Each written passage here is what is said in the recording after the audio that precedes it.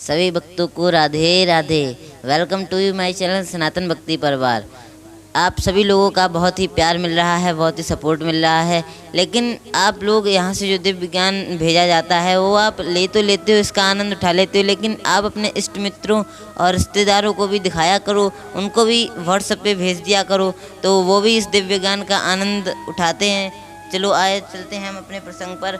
हम comment section में बहुत ही प्रश्न आए हुए हैं, लेकिन महाराज जी से हमने बात की थी तो महाराज जी ने बोला कि कुछ ऐसी दिव्य ज्ञान मतलब कुछ ऐसी कहानियाँ, मार्मिक कहानियाँ होती हैं, उनको सुनाया जाए। उन कहानियों में ही आपका कई प्रश्न के हल हो जाएंगे, उन कहानियों में ही आपके कई प्रश्नों के हल छुपे होंगे।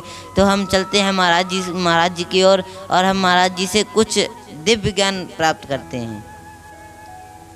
हे कृष्ण करुणा सिंधु दीनबंधु जगतपते गोपेशु गोपिका कांतो राधा कांति नमस्तुते। आइए आज के इस पावन दिवस पर मैंने एक अपने अंतःकरण की आवाज़ को सुना। हमें लगा कुछ ऐसी ज्ञानवर्धक स्टोरियाँ होती हैं, कहानी होती हैं जिसमें अपार ज्ञान भरा होता है और वो संपूर्ण मानव समाज के लिए अति उत्तम होगा। तो एक मैं आपको बहुत ही अनोखी कहानी सुनाने जा रहा हूँ, ध्यान से सुनना। एक बहुत ही पहुँचे हुए भजनानंदी संत महात्मा, बाल काल से ही जिन्होंने परित्याग कर दिया अपने घर का, माया मोह के बंधन से छूट करके संपूर्ण तीर्थों का भ्रमण किया, गांव-गांव जाकर के हरि नाम का प्रचार किया, कृष्ण नाम का प्रचार किया। और धीरे धीरे एक समय ऐसा भी आया जब उनकी अवस्था वृद्धा अवस्था की ओर ढलने लगी। धीरे धीरे वृद्धावस्था एक ऐसी कड़वा सच होती है, हमारे बाल वो भी गिरने लगते हैं, दांत गिर जाते हैं। तो संत महात्मा के बाल भी सफ़ेद होने लगे, धीरे धीरे बिल्कुल बुजुर्ग हो गए।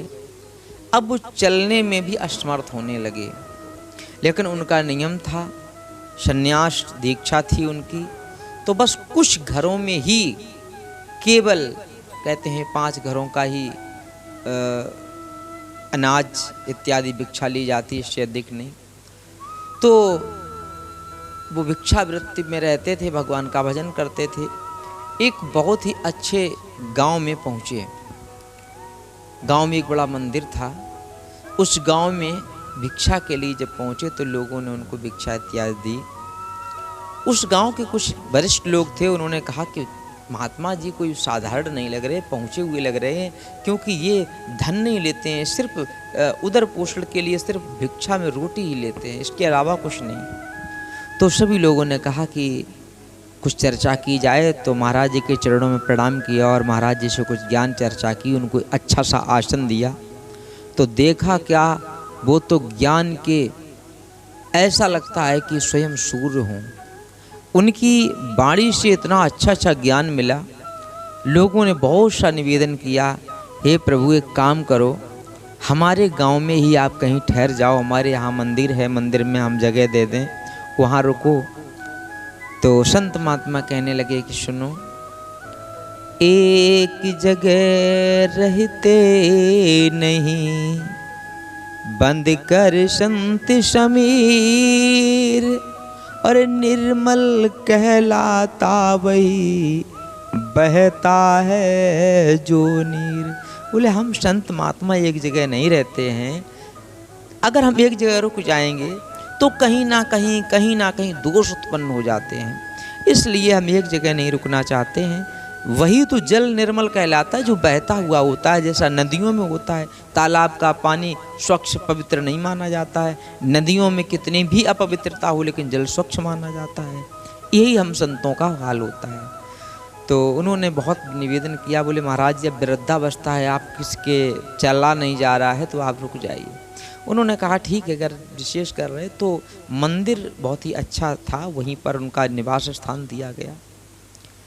तो एक जगह जहाँ जलाशय था, जहाँ से पूरे गांव के लोग जल भरने जाते थे, बाबा जी भी अपना कमंडल लेकर के वहीं स्नान इत्यादि करने जाते थे। एक विशेष बात, उसी गांव में एक वैश्या रहती थी, और वैश्या देखो जिसका जैसा चरित्र होता है ना, उसको दुनिया वैसी दिखाई देती है।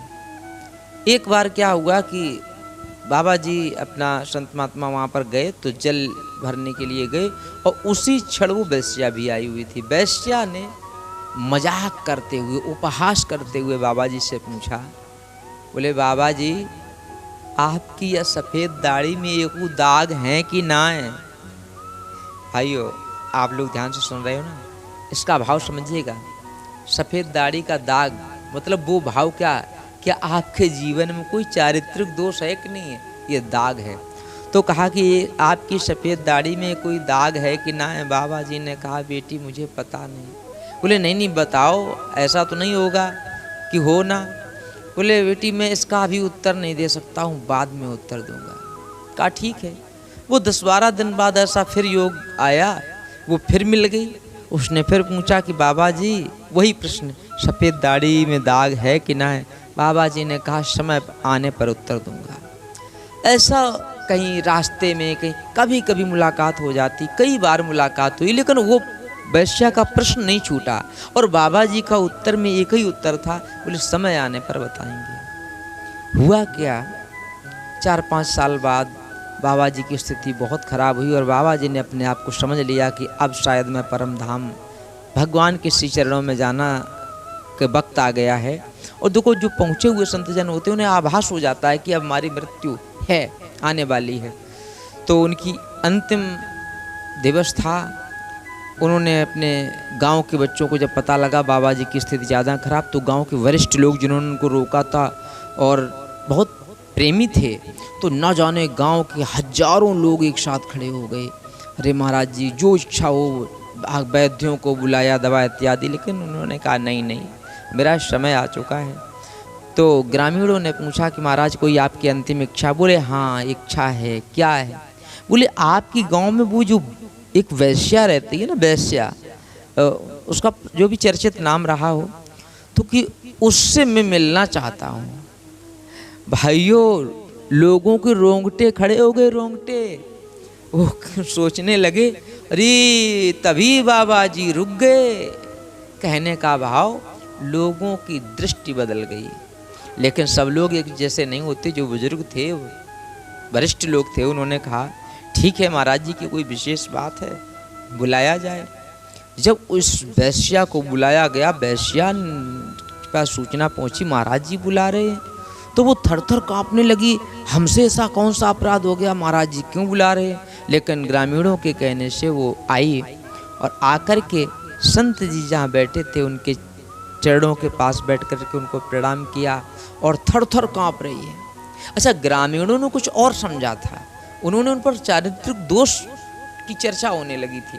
लेकिन जब वो वैश्या बैठी कांपने लगी, तो वहाँ अब तो हजारों तो छोड़ो, 10,000 की भीड़ हो गई।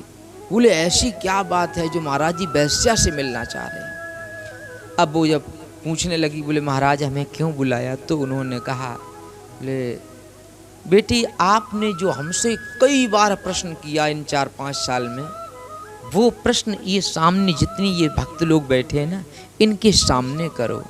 अरे नहीं महाराज मुझसे अपराध हो गया, ऐसे कहने लगी। संत जी नहीं बोले, बेटी हमारी इच्छा है कि आपका जो प्रश्न है उसका उत्तर दे दो। सब लोग रोंगटे खड़े हैं, चौंक गए हैं कि आखिरकार कौन सा प्रश्न है। अंत में उसको प्रश्न करना पड़ा। बोले महाराज जी से मैंने ये पूछा था कि आपके इस सफ़ेद दाढ़ी में एक दाग है कि ना है, अर्थात आपके जीवन में कोई चारित्रिक दोष है या नहीं? तो अब बाबा जी ने जो उत्तर दिया सुनना। उन्होंने कहा बेटा हमारी इस सफ़ेद दाढ़ी में पूरे जीवन में एक भी दाग नहीं है, यानी कि मैं निष्कलंक हूँ, मेरा कोई चारित्रिक दोष नहीं है। अब वो वेश्या ने जब सुना तो वेश्या अचंभित हो गई, बोले महाराज जी अब यही बताना था, आप हमेशा कह देते कि समय आने पर, तो उसी दिन बता देते थे। तब महात्मा जी ने जो बात कही वो बात आप सभी लोगों को, जो भी दर्शक हैं, आप सभी लोगों के अंतःकरण में बैठ जाएगी।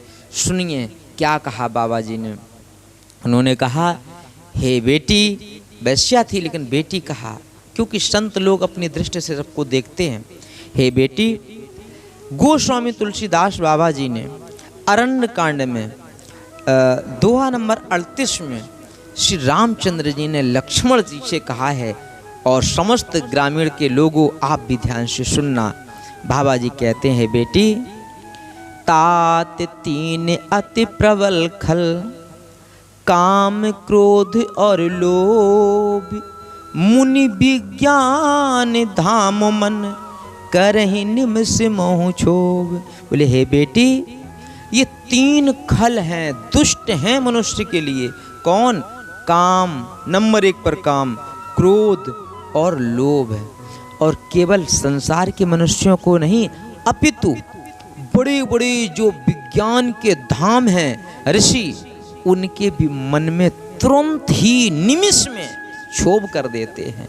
अतः मैंने सोचा अभी तो मेरा जीवन है, हो सकता कहीं भविष्य में कहीं कुछ ऐसी कुदृष्टि हो जाए, कहीं दोष ना लग जाए, मैं अपने आप को संभाल के चलता हूँ, लेकिन कभी कोई पता कब क्या हो जाए। ये माया का बहुत बड़ा परिवार है और माया के ही ये 3 खल हैं सबसे बड़े। तो उन्होंने कहा, संपूर्ण ग्रामवासियों ने जय जयकार की, महाराज की जय हो, सभी लोग चरणों में प्रणाम करने लगे। अब ग्रामीणों ने कहा, और वो वैश्या भी थर थर के कांप के चरणों में प्रणाम किया, बोले महाराज मुझसे अपराध हो गया। गांव जितने ग्रामीण थे उन सब लोगों ने कहा, बोले महाराज जी आप इस संसार को छोड़ के जा रहे हैं, हम लोग अनाथ हुए जा रहे हैं, हम लोग तो कुछ और सोच गए थे, लेकिन आज आप मुझे पता लगा आप तो बहुत बड़े तत्वदर्शी महात्मा हैं। महाराज एक बात बताओ, ये माया का जो परिवार है, काम क्रोध इत्यादि जो बताया, इससे छूटे कैसे? बोले दूसरी चौपाई में वहीं पर लिखा है। क्या? उन्होंने कहा बहुत ही सुंदर, बोले क्रोधे मनोजे लोभ मद माया, छूट ही सकल रामों की दाया। बोले ये काम क्रोध मनो जो लोभ मद माया ये सब छूट जाएंगे, लेकिन इसके लिए आपको संतों की सत्संग एवं गुरु की शरण में जाकर के भगवान की श्रद्धा रूपी आपको भक्ति करनी पड़ेगी। तो कुछ वहाँ पर जो तर्क वितर्की थे उन्होंने कहा कि एक बात बताओ महाराज जी, जो लोग भगवान की भक्ति करते, मैंने ऐसे बहुत से लोगों को देखा है, और वो भी तो काम, उनको भी क्रोध आता है, कामी होते हैं, अन्य प्रकार से भी, तो वो कैसे भक्त होते हैं? तो संत जी ने कहा, बोले इसके आगे की चौपाई है, बोले वो भी हैं लेकिन उनके भगवान की जो भक्ति है उनके हृदय में बसी होती है। तो होता क्या है, वो माया को भलीभांति समझ जाते हैं। कैसे? जैसे गांव में कोई खेल वाला आ जाए ना, तो खेल वाला जब खेल दिखाता है तो पूरे गांव उसको आश्चर्यचकित समझता है, लेकिन उसका जो मदारी होता है, मदारी के साथ जो होता है, जिसको जमूड़ा बोलते हैं, उसको सब भेद पता होता है। तो कहने का मतलब बहुत सुंदर चौपाई है कि सोनर इंद्र जाल नहीं भूला, जा पर होई सो नट अनुकूला। भगवान उन पर अनुकूल हो जाते, इसलिए वो भेद समझ जाते हैं। इसलिए संत जी ने अंतिम उपदेश दिया। मैं आप समस्त ग्रामवासियों से कहना चाहता हूँ कि इन सब का चक्कर छोड़ो और वो करो जो मैया पार्वती से भगवान भोले बाबा ने कहा था। क्या कहा था? उमा कहूँ मैं अनुभव अपना, सती हर भजन जगत सबो सपना। कहानी मेरी यहीं पर विराम होती है। आशा है कि आपको इस कहानी का जो आशय है बहुत अच्छा समझ में आया होगा। अंत में मैं वही कहना चाहूँगा, संसार में केवल हरि का भजन ही सत्य है, बाद बाकी सब मिथ्या है। इसलिए प्रभु की शरण में जाओ। राधे राधे। और एक बात, यदि आपको ये कहानी अच्छी लगे तो अपने मित्रों को शेयर ज़रूर करना। मैं बहुत सुंदर, जैसा कि आप लोगों ने देखा कि महाराज जी ने कितना मार्मिक प्रसंग सुनाया। हमारे दृष्टि में तो ऐसा लग रहा है कि इस कहानी में जो श्री रामचरितमानस जो है उसका पूरा सार महाराज जी ने भर दिया हो। तो आप सभी लोगों से कहना चाहते हैं कि अगर ये वीडियो अच्छी लगी हो तो इस वीडियो को लाइक, कमेंट, शेयर करना ना भूलें और हमारे सनातन भक्ति परिवार चैनल को सब्सक्राइब करें और बेल आइकन दबाना ना भूलें। इससे क्या होगा कि आपके पास यहाँ से कोई वीडियो अपलोड की जाएगी तो सबसे पहले आ जाएगी। जय श्री राधे, जय श्री कृष्णा।